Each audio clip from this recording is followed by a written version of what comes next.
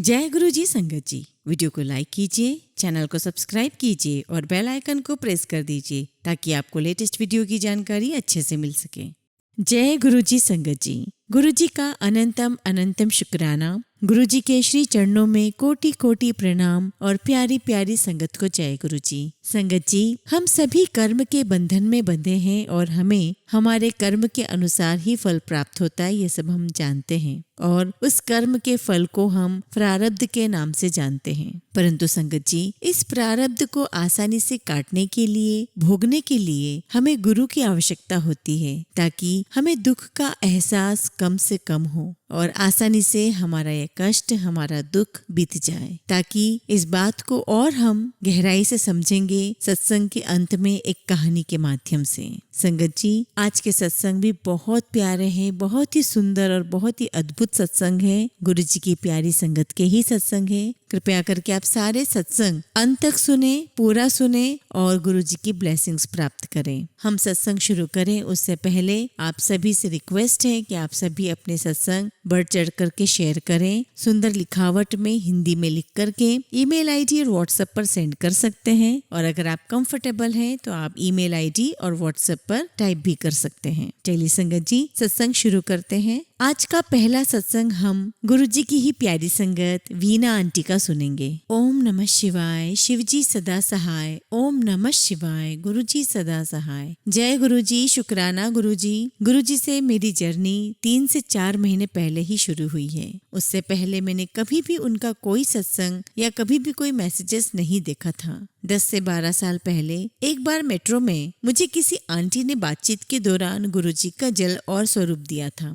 मैंने जल तो पी लिया और स्वरूप अपने घर के मंदिर में रख दिया। जिंदगी कट रही थी। मैं अपने 3 बच्चों और अंकल के साथ रहती थी। अंकल का मुझे कोई सहारा नहीं था। मैं खुद ही गुरु जी की कृपा से काम करती थी। धीरे धीरे बच्चे बड़े हो गए। अभी 4-5 महीने में ही यूट्यूब पर गुरु जी के मंत्र और सत्संग सुनने में मेरी रुचि बढ़ने लगी है। कभी कभी तो संगत जी, मेरे मन में जो चल रहा होता है उसके जवाब मुझे सत्संग के माध्यम से और मैसेजेस के माध्यम से आने लगे हैं। संगत जी, ऐसे ही एक दिन मैं अपने बड़े बेटे के बारे में सोच रही थी कि वो अक्सर हमसे कहता था कि हमारा घर छोटा है और वो इसी बात को लेकर हमें परेशान करता था कि घर बनवा लो। लेकिन संगत जी, मैं इतना नहीं कर पाती हूँ कि बच्चों की सारी जरूरतें पूरी कर सकूं। ऐसे ही एक दिन यूट्यूब पर गुरु जी के सत्संग से जवाब मिला कि तू परेशान ना हो, मैं जल्द ही तेरा मकान बनवा दूंगा, तेनू ब्लेस करूंगा। मुझे समझ ही नहीं आया इस मैसेज से कि ये सब कैसे होगा। तभी मेरे बीच वाले बेटे ने बैंक में लोन लेने के लिए अर्जी लगाई और फिर संगत जी, मुझे 1-2 दिन के बाद गुरु जी का जवाब आया कि तू चिंता ना कर, तुझे मैं इस महीने की 7 तारीख को 2 खुशखबरी दूंगा। और संगत जी, हमारा लोन भी 7 तारीख को ही पास हुआ और उसी दिन हमने छोटा सा घर देखा हुआ था, उसका बयाना भी हमने दे दिया। ये मेरा पहला सत्संग है। अगर मुझसे कुछ भी गलती हुई हो तो मुझे माफ करिएगा, मुझे माफ करिएगा गुरु जी। शुक्राना गुरु जी, जैसी मेरी झोली भरी है सब पर अपनी कृपा बनाए रखना। गुरु जी, हम आपके नादान बच्चे हैं, हमें संभाले रखना। जय गुरु जी। संगत जी, मुझे गुरु जी के हमेशा मैसेज मिलते रहे हैं कि तुझे बड़े मंदिर आना है, लेकिन मुझे कुछ भी पता नहीं था कि बड़े मंदिर कहाँ है, कैसे जाना है। फिर संगत जी, मैंने 1 अक्टूबर को अपनी जेठानी के बेटे से बोला, लेकिन काम की वजह से उसने मना कर दिया। फिर उसी दिन मेरे बेटे की दोस्त की मम्मी का फोन आया कि आपको बड़े मंदिर चलना है। मैंने उन्हें कहा मुझे तो जाना है पर जाऊं कैसे, समझ में नहीं आ रहा। तो उन्होंने मुझे सोमवार को फोन किया और कहा कि आप तैयार रहना। और संगत जी, हम उसी दिन दोपहर को गुरु जी के बड़े मंदिर चले गए। लेकिन वहां पहुंचकर भीड़ देखकर मुझे बहुत घबराहट हुई कि इतनी भीड़ में कैसे गुरु जी के दर्शन होंगे। मैंने गुरु जी का नाम लिया और बोला कि आपने बुलाया है, दर्शन भी आप ही करवाएंगे। इतने में गुरु जी के एक सेवक जा रहे थे, शायद वो गुरु जी ने ही भेजे थे। हम उन्हीं के पीछे पीछे चलने लगे। फिर कब हम दरबार में गुरु जी के सामने पहुंच गए पता ही नहीं चला। संगत जी, यकीन मानिए मन को बहुत बहुत शांति मिली। हमने हलवा प्रसाद लिया, ब्रेड पकोड़ा प्रसाद लिया और वहीं पर खा लिया। और संगत जी, मेरे पैर की नस में बहुत दर्द होता था, चलने में भी बहुत तकलीफ होती थी, लेकिन प्रसाद खाने के बाद वो दर्द बहुत कम हो गया था। फिर जब संगत जी हम बाहर आए तो बाहर आने के बाद हमें कहीं पर भी जल प्रसाद नहीं मिला। मैंने सोचा शायद आज गुरु जी की मर्जी नहीं है और बस इतना ही सोचने की देर थी कि मुझे एक साथ दो दो जल प्रसाद मिले। संगत जी मैं बहुत खुश हुई और जिनके साथ में गई थी उन्हें बातों बातों में मैंने बताया कि गुरुजी ने मुझे नया घर ब्लेस किया है। अच्छा होता अगर मुझे गुरुजी की ब्लेसिंग्स भी मिल जाती तो गुरुजी उस घर में आकर रहते और हमें अपने चरणों में रखते। अब संगत जी ये मेरी इच्छा भी गुरुजी ने वहीं पूरी कर दी। साथ में एक आंटी जी जा रही थी, उन्होंने हमारी बातें सुनी और गुरुजी की ब्लेसिंग्स हमें दे दी। इसमें भी गुरुजी की इच्छा ही थी।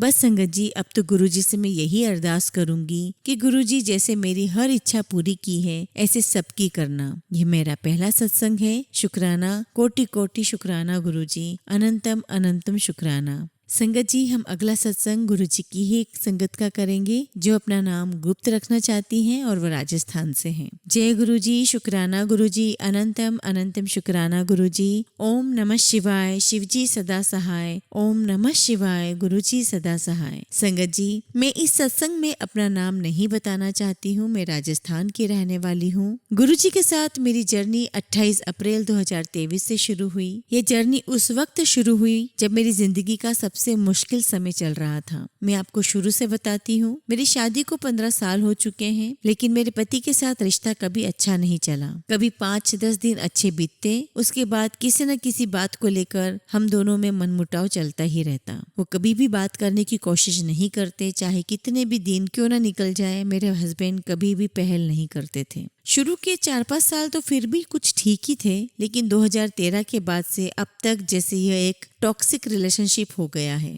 मेरी शादी 2008 में हुई है। 2010 में मुझे बेटा हुआ। तब लगा कि शायद अब कुछ ठीक हो जाएगा, शायद बच्चे के होने के बाद मेरी गृहस्थी अच्छी हो जाएगी। लेकिन संगत जी मेरी लाइफ में वही अप्स एंड डाउन चलते रहे और इस दौरान 2014 में मुझे बेटी हुई जो मैंने मेरी देवरानी को दे दी, क्योंकि उन्हें कोई संतान नहीं थी और हो भी नहीं सकती थी और मैं अबॉर्शन नहीं करवाना चाहती थी। इसलिए मैंने मेरी बच्ची को देवरानी को दे दिया ताकि कम से कम वह बच्ची अच्छी तरह से पल सके। लेकिन मेरा बेटा मेरे पास ही है। वो आज 13.5 साल का है। इन सालों में मैंने जो कुछ झेला है और मेरे बेटे ने जो कुछ देखा है वो मैं यहाँ डिस्क्लोज नहीं करना चाहती। लेकिन गुरुजी ने मेरा हाथ इसी साल अप्रैल 2023 में थामा, जब मैं अपने भाई के यहाँ उसकी बेटी के जन्मदिन पर गई थी। परेशानियां तो बहुत थी और यह बात मेरी भाभी भी जानती थी। उन्होंने ही मुझे गुरुजी से मिलवाया और एक ब्रेसलेट स्वरूप दिया। मैं गुरुजी का स्वरूप लेकर अपने घर आ गई। घर आने के बाद मेरे हस्बैंड ने मुझसे बहुत बहुत लड़ाई की। उन्हें मेरा मायके जाना बिल्कुल ही पसंद नहीं था।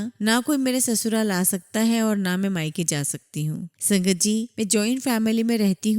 मेरे सास ससुर, देवर देवरानी, हम सभी लोग एक साथ रहते हैं। मैं कभी कभी 1-8 दिन के लिए मायके चली जाती हूँ, साल में 2 या 3 बार। लेकिन जब भी वापस आती हूँ तो मेरे हस्बैंड बहुत हंगामा करते हैं। उस दिन भी वैसा ही हुआ और बात बहुत बढ़ गई। यहाँ तक कि मुझे ये लगने लगा था कि मेरा रिश्ता यहीं खत्म हो जाएगा। लड़ाई इतनी बढ़ गई कि मेरे पापा को फोन करके मेरे ससुर ने मेरे ससुराल बुलाया और उन्हें बहुत कुछ कहा। मेरे हस्बैंड मुझ पर बहुत नजर रखते हैं कि मैं कहाँ जाती हूँ, किससे बात करती हूँ। संगत जी मैं कॉलेज में जॉब करती थी और स्कूटी पर अपनी कलीग के साथ कॉलेज जाती थी। वो मेरी बहुत अच्छी फ्रेंड थी, या यूं कहे संगत जी कि वो मेरी बड़ी बहन जैसी थी। मेरे हस्बैंड ने मेरा फोन भी रिकॉर्ड पर रखा था। मैं किससे क्या बात करती हूँ, उनके बारे में क्या बात कर रही हूँ, वो सब कुछ सुनते थे। लेकिन मुझे इन सब बातों का कुछ भी पता नहीं था। मैं रोज रोज के झगड़ों से बहुत परेशान आ गई थी और अपने भाई बहन को बताकर थोड़ा मन हल्का कर लेती थी। लेकिन मेरे हस्बैंड ने रिकॉर्डिंग्स करके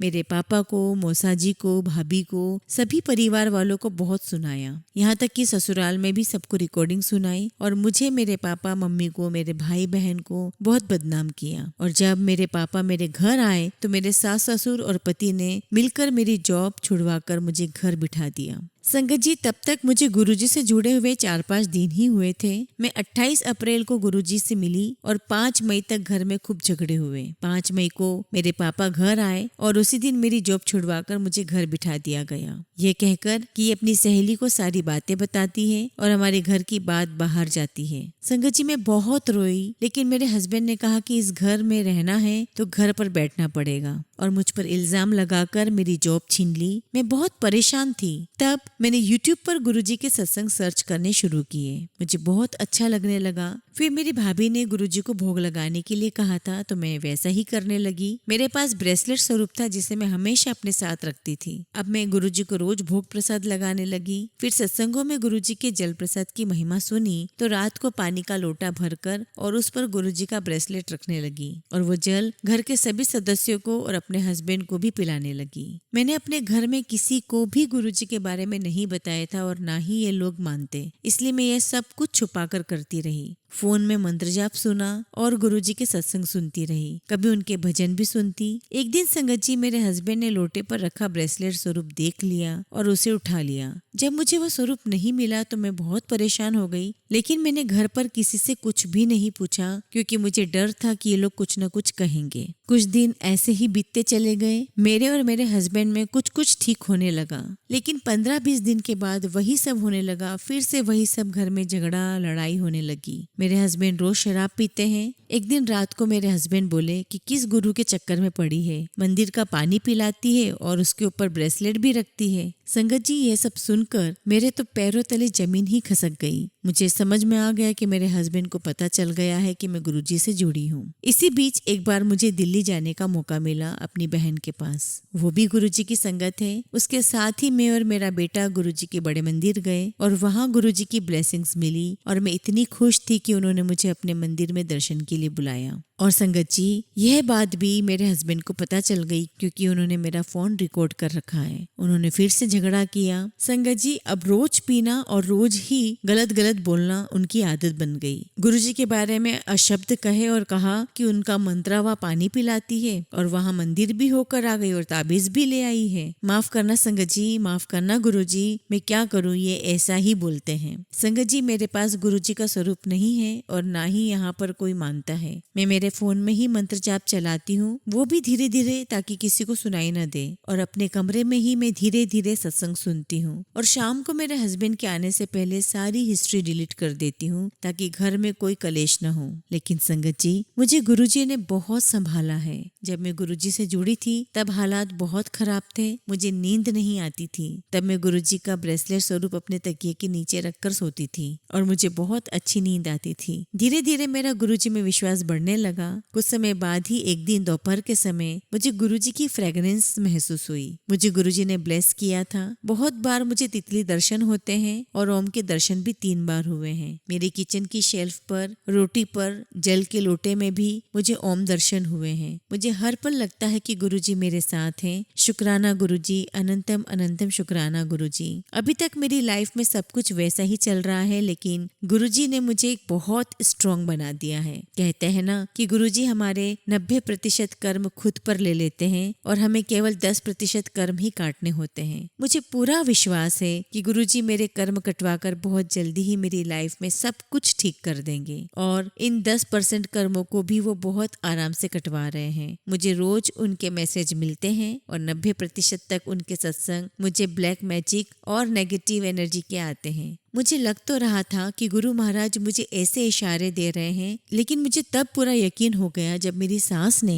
किसी जानकार से पूछताछ निकलाई और उन्होंने कहा कि मेरे हस्बैंड पर नेगेटिव एनर्जी है जिसकी वजह से ये सब हो रहा है। तब मैंने गुरुजी से अरदास लगाई कि मेरे हस्बैंड पर कृपा करें। तब मुझे मैसेज आया कि तुझे कोई भी उपाय करने की आवश्यकता नहीं है। अब तुझे कोई परेशानी नहीं होगी। तुझे किसी भी परीक्षा को देने की आवश्यकता नहीं है। तू मेरी परीक्षा में पास हो गई है। तेरे गुरुजी ने तेरी अर्जी मंजूर कर ली है। जय गुरुजी, अनंतम शुक्राना गुरुजी अपनी बच्ची का हाथ पकड़ने के लिए। मुझे बहुत दिनों से मैसेज आ रहे थे अपना बड़ा सत्संग शेयर करने के लिए। मैसेज में यही आ रहा था कि अपना सत्संग शेयर कर, इसलिए आज मैं सत्संग शेयर कर रही हूँ। गुरुजी ने चाहा तो मैं आगे भी अपने सत्संग शेयर करूंगी। ये मेरा पहला सत्संग है संगत जी। कोई भूल चूक हो तो गुरुजी मुझे माफ करें तथा सारी संगत जी मुझे माफ करें। सारी संगत जी आप भी गुरुजी से मेरे लिए अरदास करना कि मेरे हस्बैंड पर कृपा करें और मेरी गृहस्थी को अच्छा करें। इसी के साथ ही मैं सत्संग को यहीं विराम देती हूँ। जय गुरुजी, शुक्राना गुरुजी।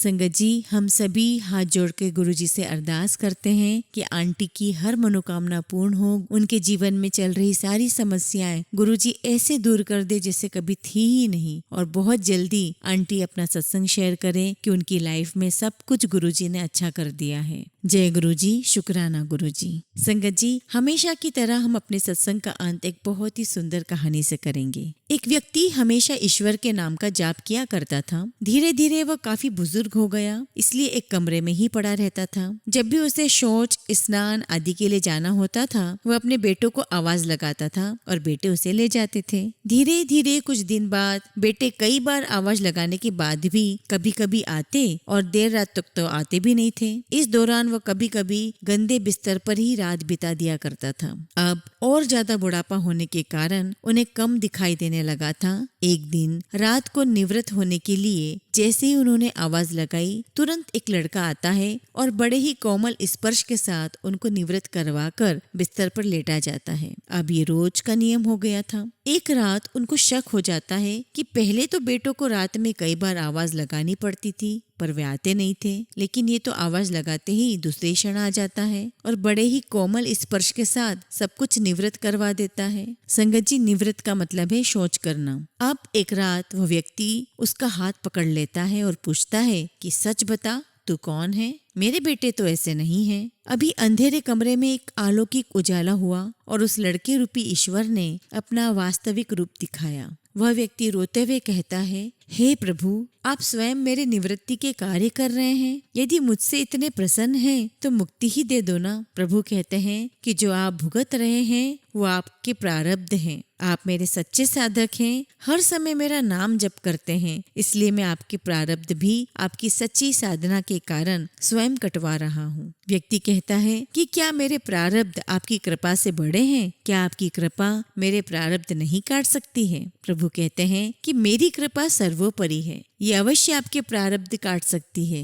लेकिन फिर अगले जन्म में आपको ये प्रारब्ध भुगतने फिर से आना होगा। यही कर्म का नियम है। इसलिए आपके प्रारब्ध मैं स्वयं अपने हाथों से कटवा कर इस जन्म मरण से आपको मुक्ति देना चाहता हूँ। ईश्वर कहते हैं प्रारब्ध 3 तरह के होते हैं, मंद प्रारब्ध, तीव्र प्रारब्ध और तीव्रतम।